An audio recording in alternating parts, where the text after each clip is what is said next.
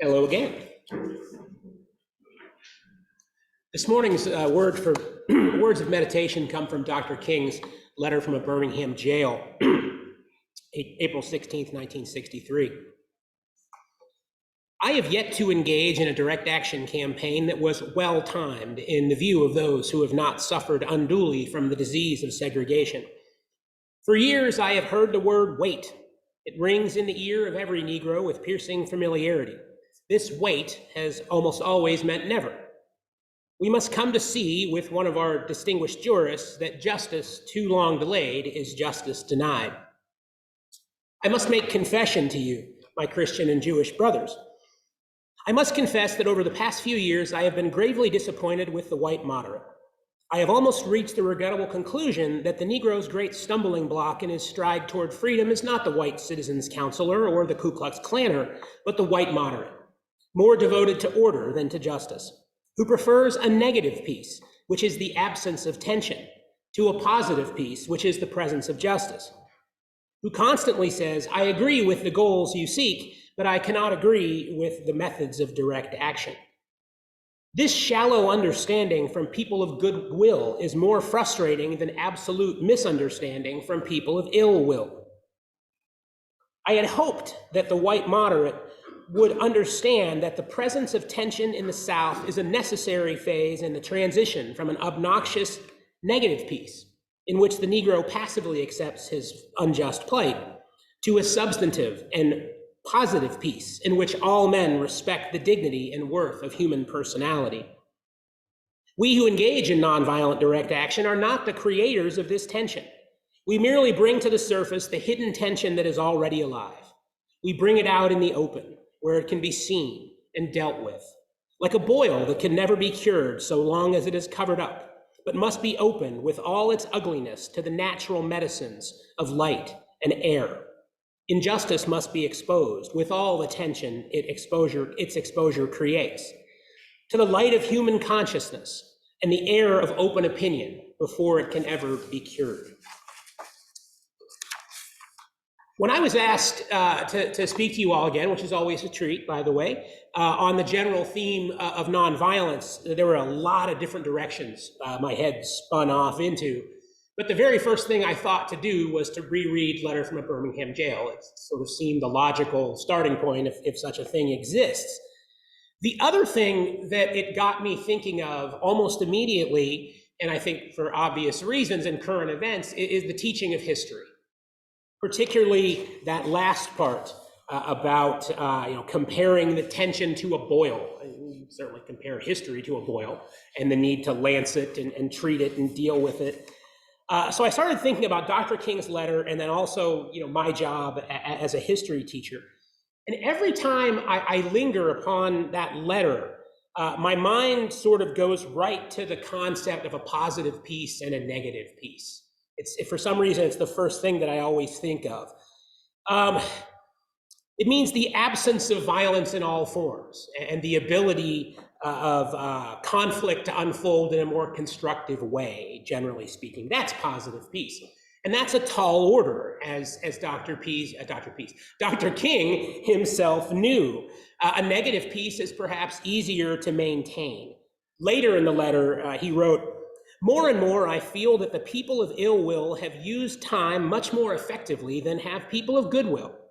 We will have to repent in this generation, not merely for the hateful words and actions of bad people, but for the appalling silence of good people. The letter's not always cheery. He was writing from jail, after all. He went on to say, human progress never rolls in on the wheels of inevitability. It comes through the tireless efforts of those willing to be co-workers with God, and without this hard work, time itself can become an ally of the forces of social stagnation.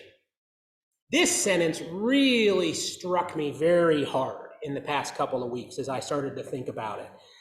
As a history teacher, thinking about the current, I don't know what you want to call it, critical race theory flap, critical race theory gambit, strategy, I'm not sure what you want to call it, but this powerful debate in the media these days reminded me how powerfully our own sense of what our history is and what it means and what we think it is and what we think it means can shape our views of the world. It also reminds me of how poorly aware of our history a lot of us in this country are. I recently saw a report from the National Assessment of Educational Progress. I'm not entirely certain what that organization even is, to be honest, but it sounds great. And they had a survey. I thought it was interesting. And according to their survey, only 15% of American eighth graders are proficient in US history, and only 23% of eighth graders are competent in civics. That's an alarming statistic. And we've apparently done a bad job of this. And that, combined with what I assume will be a chilling effect by the current outrage over critical race theory, it makes me wonder about teacher freedom and textbook production and civility in local school board meetings, and whether and how topics like slavery and Jim Crow, et cetera, will be taught. Now, I've also been thinking lately about what history-minded folks, what history teachers, et cetera, can do to more effectively enter this fray.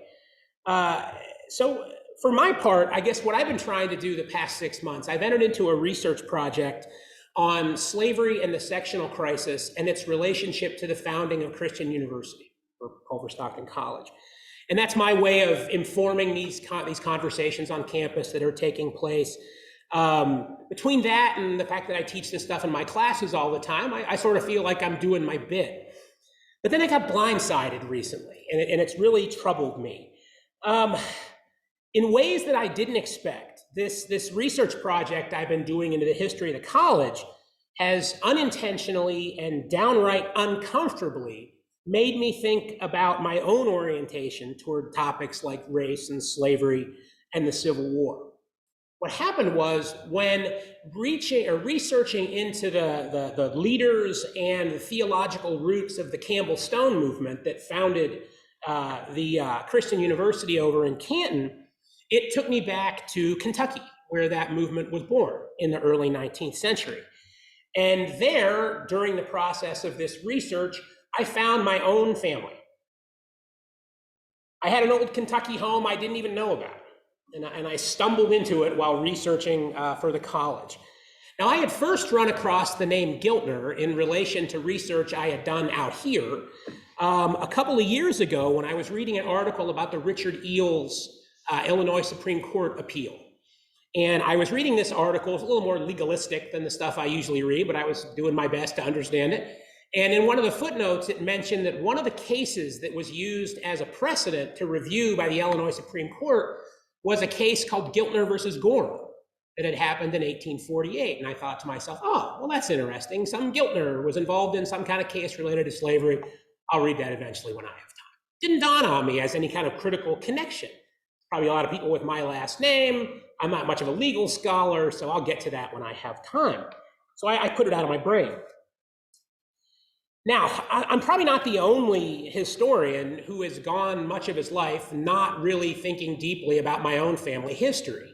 I think a lot of historians do that. I think most people in general do that. My focus has been elsewhere. I've really never thought of my own family history as anything more than something I'll get to when I have time. I always imagine it as maybe a retirement project or some kind of vanity writing project about my own family. Maybe that's part of the problem, and that's what Dr. King's letter got me thinking about. So here's a story from my recent family research that has really got me thinking. All right, so Johann Giltner, Johann, I go to Culver Stockton, our library, they pronounce it Johann, so I say Johann Giltner was how he pronounced his name. Johann Giltner was my sixth great-grandfather. He arrived in Philadelphia in 1738, having fled the war-torn Palatine region of Germany, and then fled down the Rhine to await passage on a ship from Rotterdam. He eventually married a woman he met in Philadelphia, and they settled on a farm outside of Lehigh County, Pennsylvania, and the family lived there until his death in 1779. Three of his sons, Andrew, Bernard, and Tobias, they all fought in the American Revolution. And in 1787, eldest son Bernard took the family down the Cumberland Gap to Kentucky to start a new life, possibly aided by a land bounty he may have gotten during the war. I haven't found those records yet. They settled in Bourbon County, Kentucky, in between Paris and Lexington. And Bernard and his family did very well, well enough to enter into what at the time must have been thought of as a key part of the American dream, the ability to own other human beings for profit. Slavers poured into Kentucky during this period, along with the enslaved persons that they forced to go with them. There were some 40,000 slaves in Kentucky by 1800, and by 1830, the unfree population constituted 24% of the entire Kentucky state population. During that time period, Bernard had purchased an undetermined number of enslaved persons and eventually would pass them on to his sons. And this is where I was just blown away by diving into this. It was one thing, there's someone involved in this court case. There must have been some Giltner vaguely involved in slavery at some point. Well, then I find this information. When Bernard died, his two oldest sons, Francis and Abraham, inherited the family's property and slaves in Bourbon County. Interestingly enough, their youngest son, John George Giltner, as young sons often did back then, kind of got shafted when his dad died. He didn't get the Bourbon County land. He didn't get the slaves. Only thing he inherited from his dad was $461.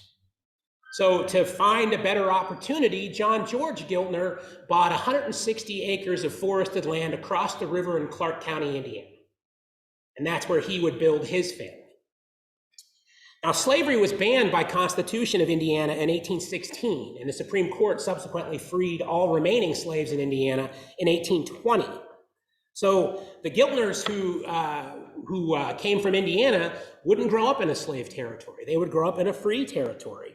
That wing of the Giltner family would become Northern. They would migrate to Central Illinois eventually.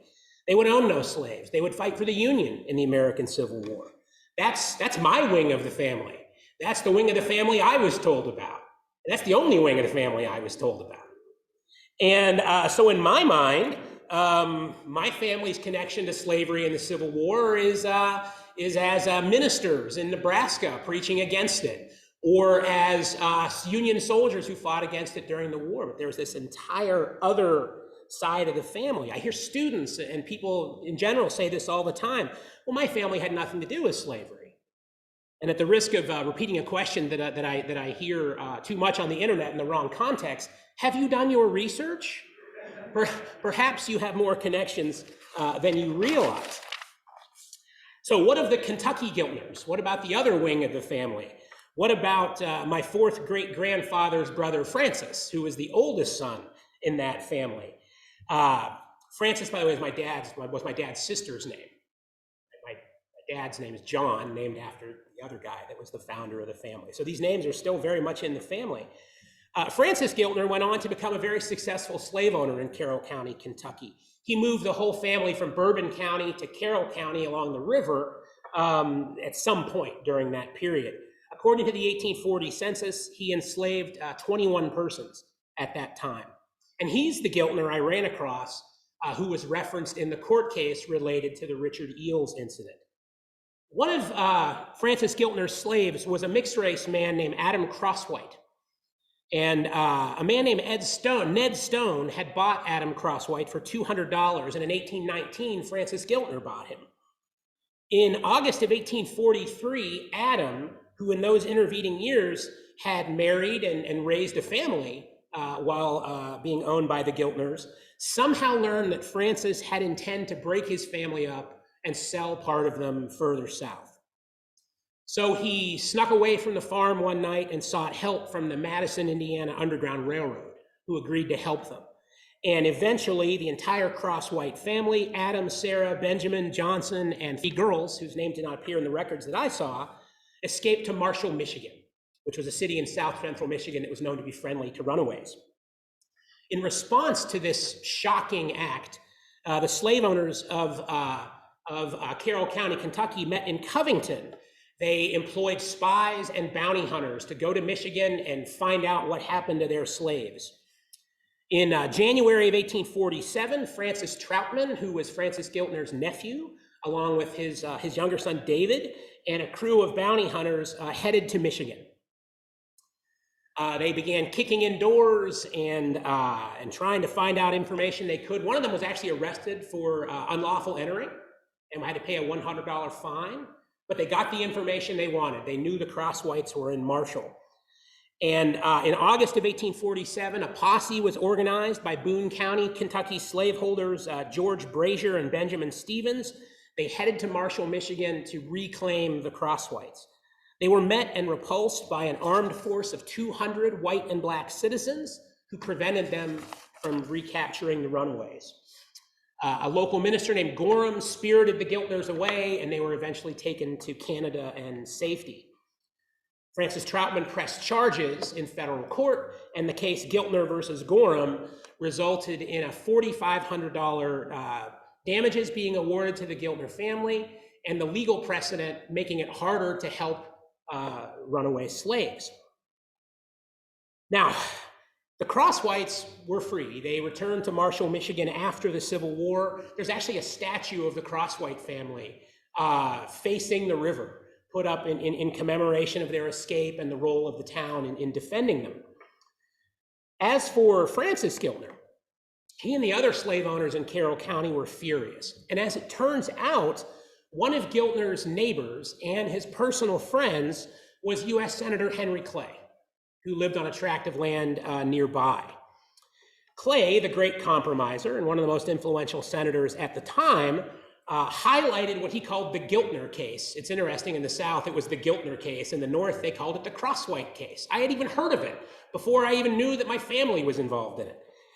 And he highlighted this case in a packet of information that the state of Kentucky sent to the Senate as sort of examples of the depredations of the abolitionist movement.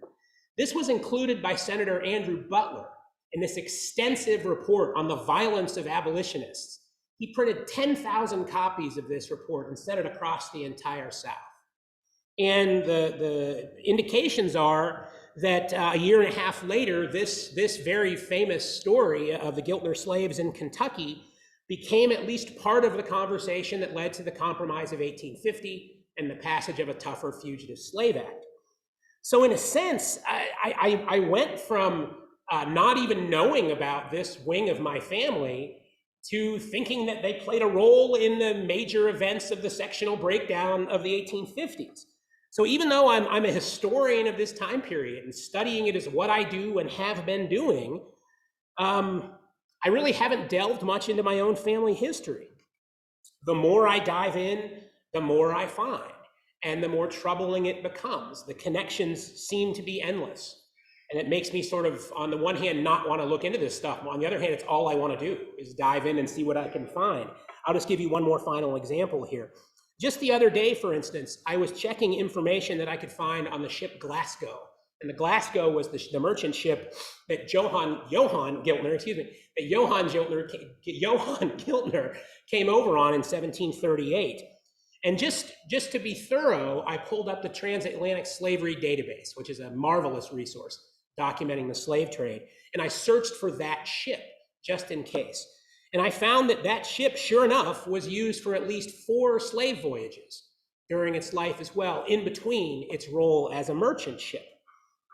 So when my 6th great-grandfather Giltner, along with 348 other Palatine Germans, which by the way is a comparable number to the number of souls that would have been on the ship when it was used as a slave vessel, were crammed into that ship in 1738, it really provides a pretty powerful and painful contrast in I think about the 349 passengers on the Glasgow that went with Giltner to Philadelphia. And then I think about the 350 other passengers that went on the ship's next voyage in 1740, but they went to Charleston, and they were all unfreed people. So despite the fact that I do this for a living, my research into the Kentucky roots of the college has led me to discover more about the roots of my own family. And in a sense, I'm wondering if I've become an example of what Dr. King called shallow understanding by people of goodwill. If I can't do a much better job of intentionally considering how my own family history connects to the larger landscape of contemporary American history, how can I get my students to make those connections as well? So I need to look more squarely at my own family history. So I guess I'm wondering if that maybe should be the goal for all of us. And I guess that is my point I'm meandering to. Exploring your own family history is something that probably a lot of us don't do enough. And we will probably uncover some important connections, some painful connections, some connections that will help us keep these debates alive and hopefully make them more productive. We have a tendency, I think, in our society to put our history, even our own personal history, in a rearview mirror, especially the negatives. And unlike the real rearview mirrors, they usually do not appear closer than they are in our retelling, quite the opposite. So perhaps history that is made more local and more personal can improve that perspective. Perhaps if we can make personal connections, we can help other people make some important connections. And maybe we can better confront these societal issues. And perhaps, like in the words of Denise Levertov, we can create each word a vibration of light, facets of the forming crystal of a positive peace. Thank you very much.